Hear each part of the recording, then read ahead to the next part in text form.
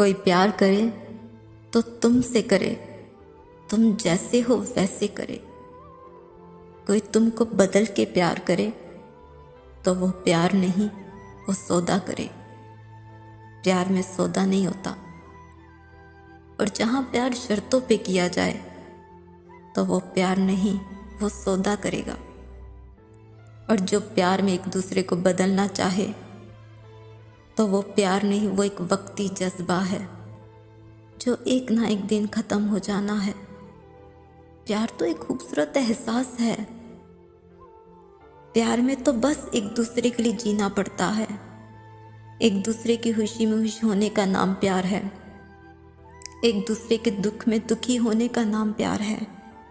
प्यार में तो बस उसकी सब अच्छाइयाँ बुराइयाँ अपने अंदर समेट कर उसके रंग में रंग जाने का नाम प्यार है।